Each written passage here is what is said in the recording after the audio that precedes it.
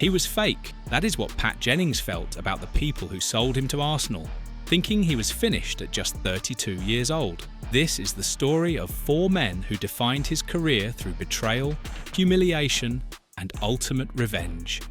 A goalkeeper who became a legend at 2 rival clubs, proving everyone wrong for over 2 decades. Jennings stands today at 80 years old. He is globally recognised as one of the finest goalkeepers in the history of football. His professional career spanned an incredible 22 years, playing over 1,000 top-level matches. He achieved a then world record of 119 caps for Northern Ireland. But the most striking thing about his story is his unique status as a revered legend at both Tottenham Hotspur and Arsenal. These are 2 clubs with one of football's fiercest rivalries. His career was not just a steady path of greatness, it was shaped by 4 pivotal figures and moments. These men were either humiliated by him, displaced by him, or helped push him out. Let's start with the most recent event. In November 2023, at the age of 78, he suffered a health scare. It happened right before a Premier League match between Tottenham and Chelsea at the Tottenham Hotspur Stadium. He collapsed and was immediately rushed to a local hospital for care and observation. Thankfully, after tests, he was given the all-clear and released shortly before midnight that same day. The incident served as a sharp reminder of his age and the ongoing health challenges faced by retired athletes. But it also showed that even in his late 70s, he remains an active and important figure within the Spurs community. To understand the core conflict in Jennings' career, we have to look back to the greatest disrespect he ever faced, his controversial transfer across the North London divide in 1977. This is the story of the man who betrayed him most, Keith Birkinshaw, and the club directors who showed him no loyalty. After 13 years and 591 total appearances for Spurs, Birkinshaw, the club manager, made the fateful decision to let him leave White Hart Lane. At 32 years old, the manager strongly believed the veteran goalkeeper was approaching the end of his elite career. In that era, few keepers could maintain top-flight form deep into their 30s. But Birkinshaw was about to make a colossal blunder. Tottenham sold Jennings to their fiercest rivals, Arsenal, for a tiny fee. It was reported to be around £40,000 to £45,000 British pounds. While other clubs like Manchester United and Aston Villa were interested, Jennings chose to move just across the street. His motivation was deeply personal and fueled by anger. He revealed that the disrespectful way he was treated as he left Spurs drove his decision. The directors totally blanked him in the car park. They showed a profound lack of gratitude for his 13 years of service. Jennings stated that there was only one place he was going after that. That was over the road to suit him and hopefully create a bit of embarrassment for Tottenham.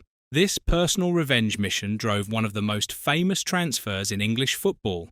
If you are enjoying the drama of this story of revenge and rivalry, take a moment to hit that subscribe button. We release new stories every week detailing the complex and controversial lives of sports legends. After you subscribe, let us know in the comments, which player had a better revenge transfer than Pat Jennings?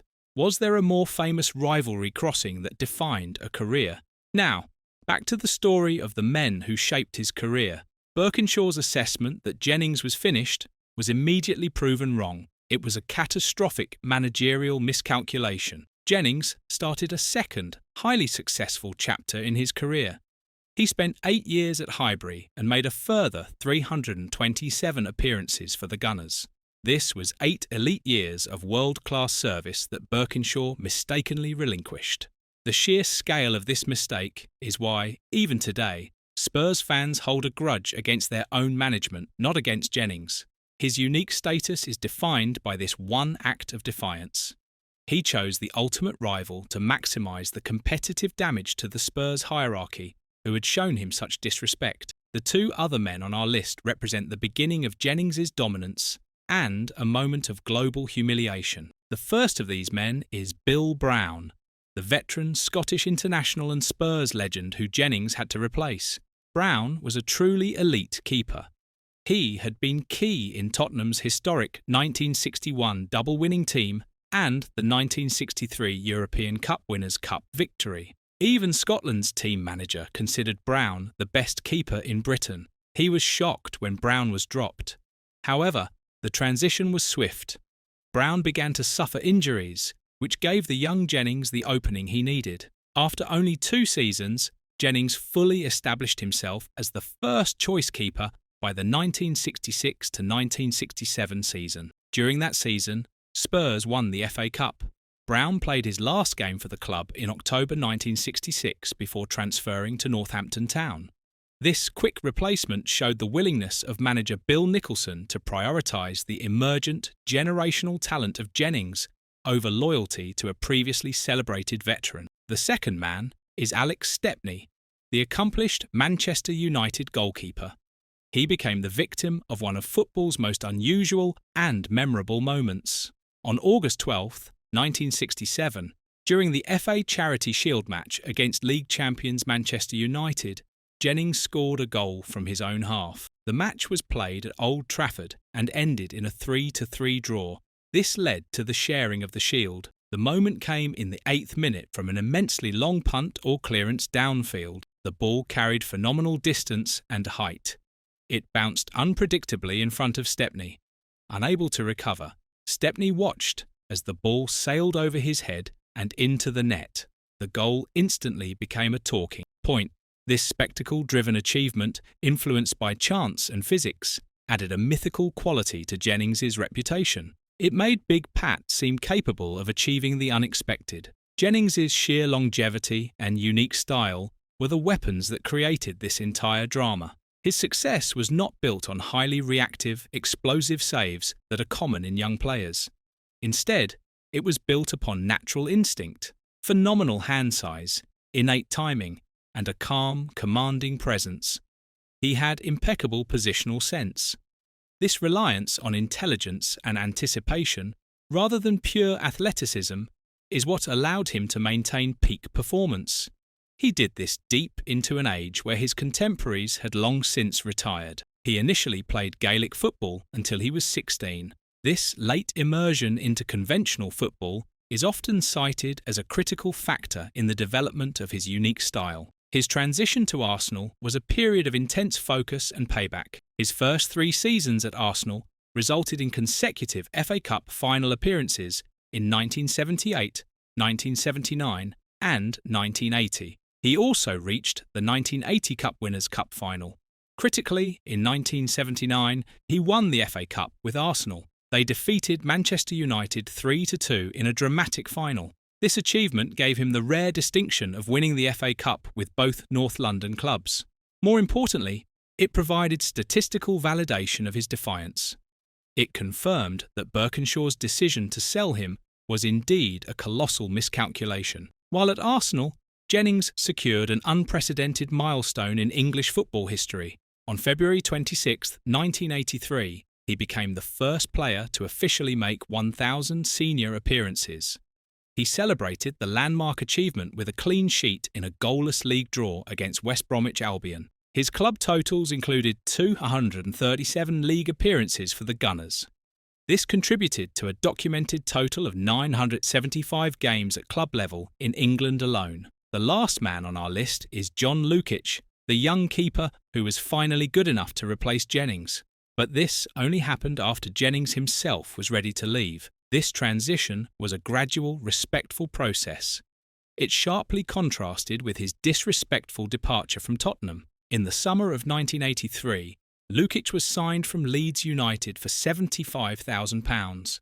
He arrived with the long-term intent of succeeding the ageing Jennings. Lukic began making intermittent appearances. He stepped in when Jennings suffered an injury in March 1984. The definitive shift in the number 1 position came in the 1984 to 1985 season. Following what was described as a horrifically poorly played League Cup match against Oxford United, Jennings was temporarily benched. The match resulted in a 3-2 defeat and elimination. Although he briefly regained his spot, Lukic was permanently installed as the first choice keeper shortly thereafter. Jennings's club retirement from first-team football finally arrived in 1985. His last league appearance for Vee Arsenal was in November 1984 against Sheffield Wednesday. His official Highbury farewell match was appropriately staged against Tottenham Hotspur in May 1988. This respectful handover happened when Jennings was 39 years old and visibly slowing. It allowed the Arsenal management to gracefully manage the end of a legend's tenure. It was a nuanced outcome that demonstrated a maturity that was completely absent from the Birkinshaw decision 8 years prior. On the international stage, Jennings was an absolute colossus. His international career with Northern Ireland showcased unparalleled endurance. He accumulated a then world record 119 caps for his country. This spanned from his debut on October 3, 1964, at age 19, to his final match on his 41st birthday on June 12, 1986. He started every one of those 119 matches for his country. He kept 43 clean sheets. He played a fundamental role as Northern Ireland's most reliable line of defence.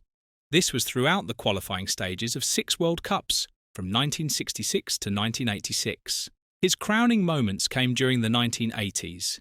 He was integral to the team's success at the 1982 World Cup in Spain. This included a famous 1-0 victory over the host nation. Even more incredibly, in 1985, at an age when he was already transitioning out of club football, Jennings kept a clean sheet against England. This secured the draw needed for Northern Ireland to qualify for the 1986 World Cup.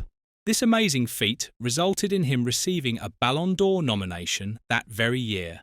His final competitive match was at the 1986 World Cup finals in Mexico.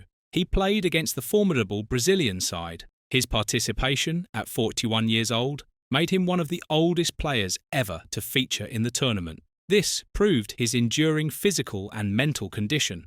Jennings's unparalleled success and positional intelligence allowed him to transcend all the conventional limitations placed on goalkeepers.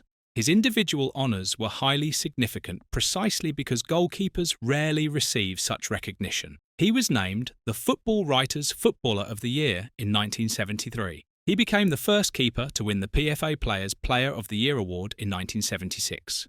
He received 3 Ballon d'Or nominations in his career in 1973, 1975 and 1985.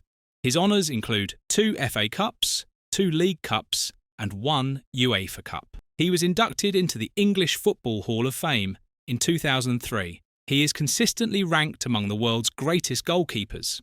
His legacy is marked by individual distinction. He had a positional mastery that made goalkeeping appear deceptively simple. But the true resolution to his story of hatred and disrespect is found not in his medals, but in his character. His talent and personality are recognised as the primary reasons why he is much loved by fans of both Tottenham and Arsenal. The depth of Jennings's positive character is underscored by his eventual reconciliation with the institutional side of Tottenham Hotspur. After his club retirement, Jennings returned to Spurs. He has served as a coach and goalkeeping consultant since 1993. He remains active on the training pitches at Hotspur Way. This long-term association symbolises the ultimate resolution of the conflict that led to his 1977 exit. It solidified his status as a titan of the game. Pat Jennings's journey is a triumph of sustained performance and a defiance of every manager who thought he was done. He transcended the toxic boundaries of the North London rivalry. He proved that professionalism and genuine talent will always win out over short-sighted managerial decisions and club politics. His success at both ends of the great rivalry secured a unique place in history. It prevented either club from claiming him exclusively. He is truly a legend whose final act was to show everyone he was never fake. Their belief in his decline was the real lie. If you were amazed by Jennings's longevity and how he defied his critics for over a decade, please hit the like button and subscribe for more deep dives into the complex careers of football's greatest players.